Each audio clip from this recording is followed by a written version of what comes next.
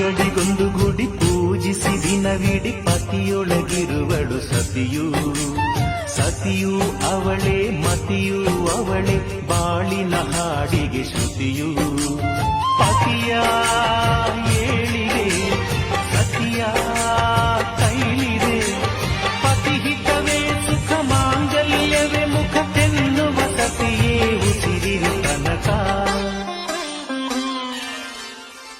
ಸುಮತಿ ಸುಮತಿ ಶ್ರೀಮತಿ ಆರು ಗುಣಗಳೇ ನಿನಗಾರತಿ.